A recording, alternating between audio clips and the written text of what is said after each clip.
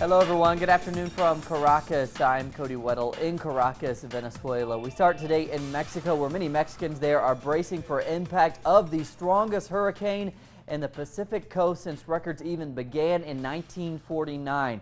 Hurricane Patricia strengthened into a potentially catastrophic Category 5 storm as it churned toward Mexico's Pacific coast overnight, having grown at an incredible rate in the past 12 hours. With winds of about 295 kilometers per hour.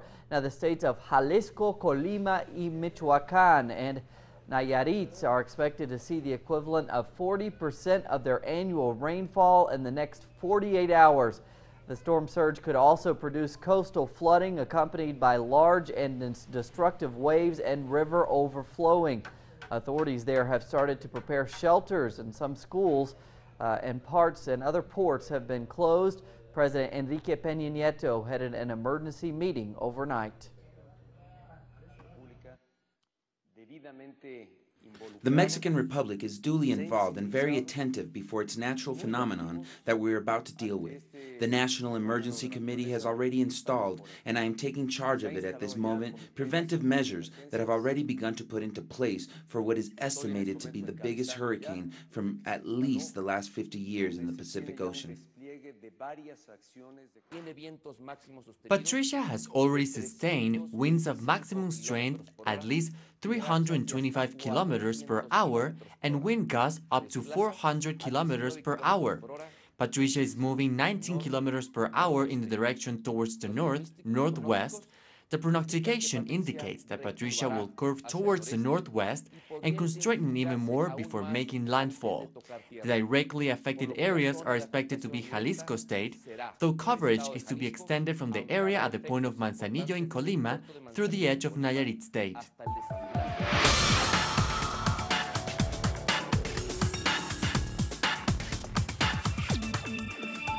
Elsewhere around Latin America, the Colombian government has activated a security plan in all the municipalities in order to prevent criminal acts. Now, the Department of Antioquia alone has 49 municipalities at risk of electoral fraud and violence as elections there approach on Sunday. We have several municipalities under observation, like Cartago, Sarchal, Tulagua, Rio Frio, Florida, Pradera, Cerrito, Buenaventura, where we will deploy special investigative teams to prevent corruption and electoral crimes. We also have special teams to attend any situation or any attempts of public order disturbance.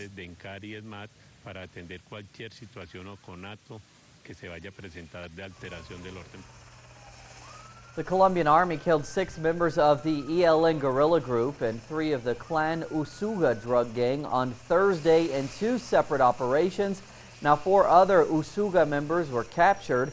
The ELN group has been in peace talks with the government since 2014, but has not yet opened a formal peace process like the one sealed with the FARC. And for more now on those stories in Colombia, the local and regional elections primarily, we turn to our correspondent Natalia Margarita there in the capital of Bogota. Hello there, Natalia. Now in Colombia, there's been a history of electoral fraud, vote buying. We've seen that in the past. Oftentimes it's in exchange for food. The Electoral Observation Mission said in September that 20% of the municipalities are at risk there of electoral fraud. What is being done to assure free and fair elections? In fact, the latest figures that the electoral authorities here in Colombia have released are definitely frightening figures, Cody. For instance, the prosecution have said that out of the 114,000 candidates that are running for these coming elections on Sunday, 103,000 are having investigations by the prosecution. What we're talking about here is 90% of the candidates running for these elections are being investigated by the prosecution. On the other side, in terms of the votes that are under risk of being bought, buy, there has been estimations lately that say that around 1 million boats might be under risk of being bought. Some magistrates from the National Electoral Council have said that the estimations, more or less, is that $170 million will be in cash circulating this Sunday in the streets of the different regions and municipalities of Colombia, ready to be invested in this buying of boats. We're talking, again, I insist, $170 million. On the other side, regarding what the authorities have been doing, they have said that corruption and lack of transparency is that big here in Colombia that it overwhelms the capacity to respond and to act by the authorities. So in this sense, we more or less can conclude that there is little that can be done for this Sunday. The elections are definitely under risk of fraud. And what they have been saying also is that right after these elections, Colombia will have to face a public national debate regarding our current electoral system, so that for the future, we can prevent this risk and this lack of transparency and corruption from happening again, Cody.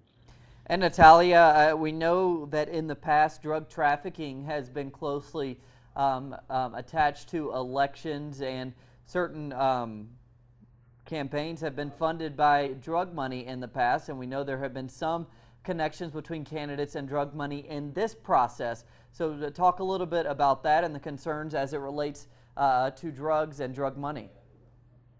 Yeah, that's one of the main issues. Definitely, it has to do with corruption and all this money that, as I said before, it's being put into the streets ready to buy boats. And is this alliance here in Colombia between the traditional parties, the traditional political class of Colombia, and illegal armed groups such as paramilitaries, for instance, but also drug money. So when I mentioned in the question you asked before, these $170 million, of course, this money has to come to a great extent from these drug trafficking and illegal armed groups. So it definitely has played a role here, and it plays a role in corruption and in this lack of transparency for the coming elections. Something that, of course, in the wake of the current peace process is what other alternative movements and small political parties have been pointing out, that we need guarantees, political guarantees of participation here in Colombia, and that as long as these links and alliance between the traditional classes, the paramilitaries, and drug trafficking remains here in Colombia, that we will never be able to really construct peace here in the ground. And that's also, to conclude, Cody, what is really, really important in these coming elections, what is at stake here in Colombia is the election of those who are supposed and are going to have the responsibility to implement those peace accords that with lots of effort the FARC and the government have been constructing over the course of 3 years there in Havana. This is in reality what is at stake this coming Sunday here in Colombia, the implementation of these peace accords in the future. And we're seeing someone with the front page of a newspaper there that said 6 months until they reach those accords. We remember recently the president there, Juan Manuel Santos, said that he hoped they would reach an accord in that time. So we know these new candidates will deal with whatever agreement they reach there in Cuba. Natalia Margarita reporting from Colombia. Thanks so much for your coverage, Natalia. Back to you, Cody. The electoral campaign trail has ended also in Argentina, and voters prepared to vote for a president and are prepared to vote for president and other lawmakers. The president of the current ruling party, Daniel Scioli, marked the end of his campaign by saying that those who earn less than $3,100 per month will not pay taxes. Now, he has championed many other social programs and policies targeted at helping the most vulnerable sectors of society. Now, Macri, in contrast, has suggested he will negotiate with the Vulture Fund holdout creditors, and has hinted of rapprochement with the UK, which would be detrimental to Argentina's claim to the Malvinas Islands. And the leftist presidential candidate, Daniel Scioli, you saw him there, has increased his popularity actually in recent days. And according to various polls now, he is now in position to win this Sunday's election with over 40% of the vote. Now, he will apparently garner the 10% vote over his rival contenders, which is needed to win in the first round. Now, right-wing neoliberal candidate Mauricio Macri is in second place with about 28%. An Ipsos Mora poll showed Scioli of the ruling Front for Victory with 42% of voters' preference. I am committed to modifying taxes on earnings. A worker or a retired person who earns less than 30,000 pesos net in their pocket will not pay this tax. Guatemalans will also be heading to polling stations this Sunday for a presidential runoff election. Comedian Jimmy Morales is expected to win easily in this contest. Now, he is forecast to be elected by more than 30 points over his opponent, former First Lady Sandra Torres. Now, Morales is a political outsider and was given little hope of winning until corruption scandals engulfed the government of now ex-president Otto Perez. Morales, who called for peaceful elections, has proclaimed himself a centrist.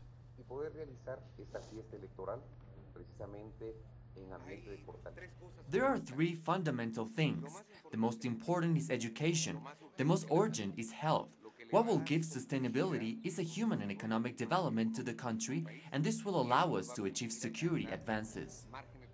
And another election to tell you about, Haiti will elect its next president this Sunday as well. More than 6 million Haitians are called to the polls to choose among 50 candidates. Now, ruling president Michel Martelly came into power in 2011 with promises of change, but he leaves an impoverished country racked with widespread corruption, a fragile economy, and rampant poverty. The Caribbean nation has struggled to build a stable democracy ever since the overthrow of the dictatorship of the Duvalier family, which led Haiti from 1957 to 1986. Legislative elections were delayed between 2011 and 2014, prompting popular protest there. Then Prime Minister Laurent Lamothe resigned in December 2014, succumbing to domestic and international pressure. In Honduras now, another mayor has been captured for leading an organized crime band. Now, he is the 10th public official captured during the present administration, which began in January of 2014. More now from our Central American correspondent, Gerardo Torres. In Honduras, a member of the ruling National Party is once again accused of criminal activity. This Thursday, the mayor of the municipality of Sulaco in the north of the country was captured for being the head of an organized crime group that robbed cars and buses in the department of Lloro. Since last year, 10 public officials, including mayors and lawmakers of the two traditional parties, the Liberal and the National Party, have been captured. This isn't a surprise because recently we have seen many public officials of the National Party linked to organized crime, drug trafficking, and car theft, like this case of the mayor of Sulaco, who was captured with all the assault equipment. The two traditional parties, from their power, open the doors for these kind of people that are criminals to participate, just to use that money for political campaigns, and that is why we have these kinds of situations. The current president, Juan Orlando Hernandez, has also been accused of having connections with organized crime. He has claimed that he received money, but he didn't know where the money came from. Penal lawyers say that there should be changes to the electoral law. In Honduras, we can say without fear that this is a narco state. It is very curious that the president has photographs with every drug dealer or criminal that has been captured. This means that the political campaign of the National Party received funds from organized crime, particularly from drug trafficking. There has to be reforms to the electoral law, but the two traditional parties don't want to. If we don't want that, we won't be able to stop these people related to crime and drugs to participate in elections. The capture of Mayor José González is a wake-up call to the general corruption and problems within Honduran politics.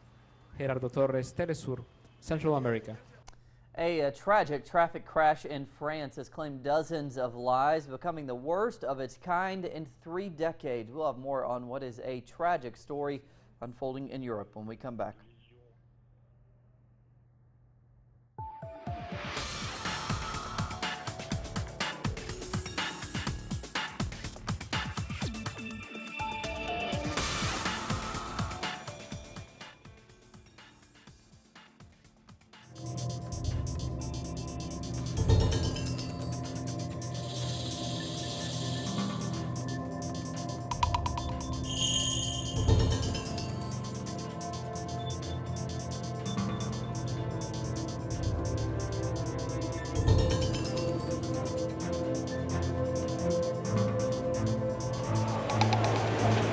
that have marked the course of history. Productions designed in the English language and made for the English-speaking world.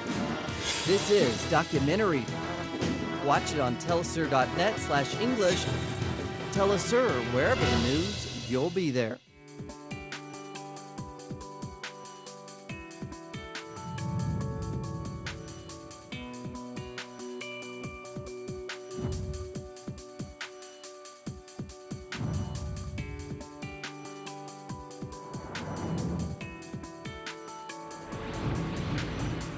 Wherever the news, you'll be there.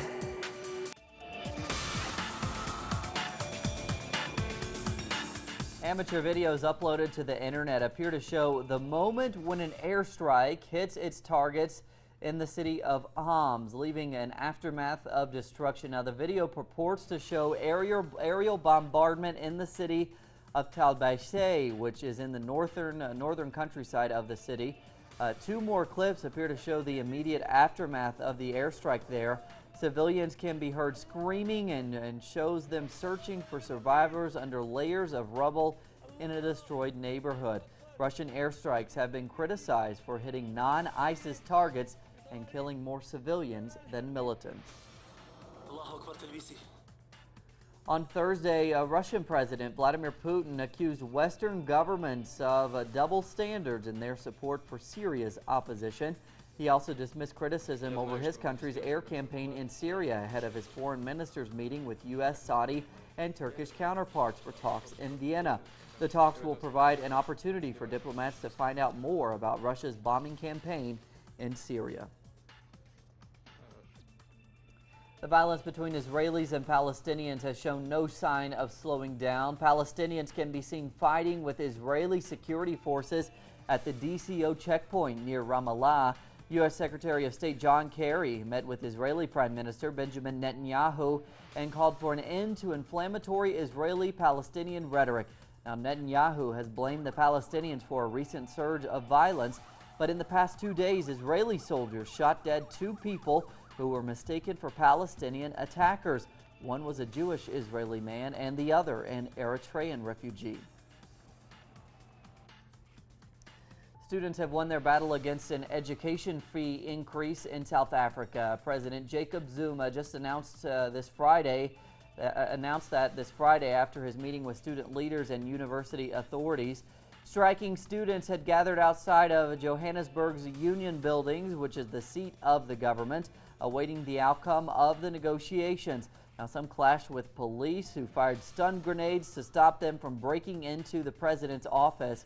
Police also used water cannons to douse fires lit by the students there. It was just the last clash after a week of violent protests across the country. And also in South Africa, a potent street drug named Naipoe is taking a heavy toll on the most vulnerable there. The drug is smoked like a rolled joint and contains an addictive mixture made from marijuana, heroin, and other chemicals. Local experts say that the lack of jobs and the drug's easy availability has had a devastating effect in poor communities. Families have complained there that the state has done little to help the situation. At least 52 people, most of them pensioners on a day trip, have been killed in a head-on collision between a bus and a truck in southwest France. Now, the crash happened on a country road in the wine region there, east of Bordeaux. Both vehicles caught fire. Among the dead was the truck driver who tried to avoid the crash. 8 people have been left injured. The wounded were airlifted to a hospital where 4 remain in critical condition. Now, the exact cause of this crash is still unclear. The tragic accident is the worst of its kind in France since 1982, when 52 people died in a crash. On Thursday, WikiLeaks released 2 more documents and a list of contacts from CIA Director John Brennan's personal email account. However, the material was neither classified nor did it contain big revelations. The two posted documents pertain to a draft report by Senate Select Committee on Intelligence Minority Staff Director Louise Tucker to the committee's ranking member, Senator Kit Bond. The CIA has called the hacking a crime. The investigation continues in Washington, D.C. regarding the Benghazi attacks of 2012, where U.S. diplomat Christopher Stevens and 3 other Americans lost their lives. Bianca Perez now with the latest on that investigation. During a hearing before the House Select Committee, Hillary Clinton responded to questions regarding the attack of a U.S. compound in Benghazi, Libya on September 11, 2012, which led to the deaths of 4 American citizens. Members of the committee grilled Clinton for more than 6 hours, seeking the truth. We owe them and each other the truth. The truth about why we were in Libya. The truth about what we were doing in Libya. The truth about the escalating violence in Libya before we were attacked and these 4 men were killed. The truth about requests for additional security. The truth about requests for additional personnel. Chris's mother. Clinton focused her defense during the hearing on the fact that being a diplomat has various risks and that people in these positions are aware of them. The State Department sends people to more than 270 posts in 170 countries around the world. Chris Stevens understood that diplomats must operate in many places where our soldiers do not, where there are no other boots on the ground, and safety is far from guaranteed. In fact, he volunteered for just those assignments. One of the most criticized instances, not only throughout the hearing, but for the past 3 years, is the fact that U.S. diplomat Christopher Stevens had requested increased security prior to the attacks. It's very easy to say with the information we have today that a different decision could be made. Obviously, we must learn our lesson, and that's why there were bills presented to Congress to better the conditions, but Congress did not approve them. That could lead them to conclude that more security was needed. The investigation leading up to this hearing has cost taxpayers $4.8 million thus far and has received full support from the largest media outlets in the U.S. Bianca Perez, Telesur, Washington, D.C. Swedish police believe that the 21-year-old masked man who killed a teacher and a pupil, a student there at a school, was motivated by race. Now, the country's police chief there says that they had based their conclusion on what was found at the killer's apartment and because the man chose his victims based on the color of their skin.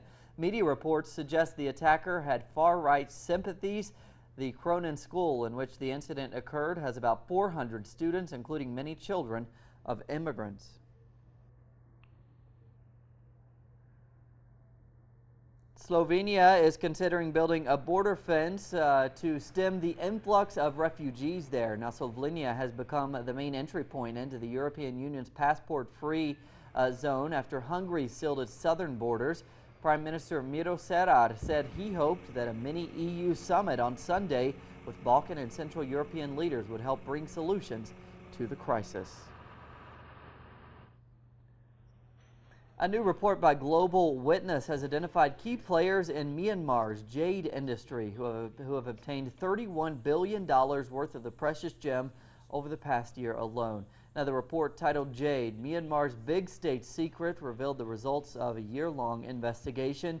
The industry is being used as a slush fund by a network of military elites, drug lords, and crony companies who illegally exploit the valuable resource annually. Profits from the trade have failed to reach the areas from which they are taken, while the mining itself has had a major environmental impact.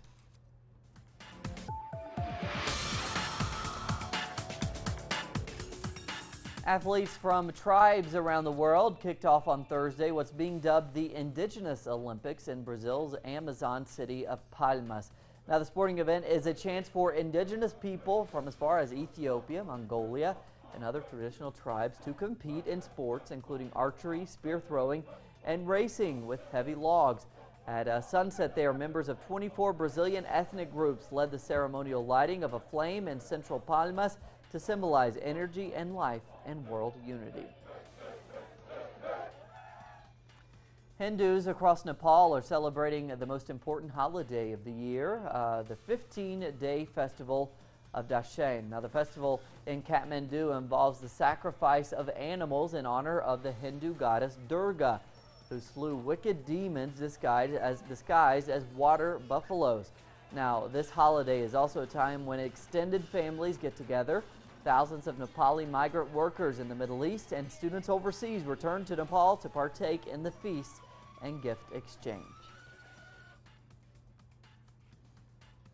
In September, a team from the San Diego Zoo went to Kenya to visit 3 of the 4 last remaining white rhinos on the planet.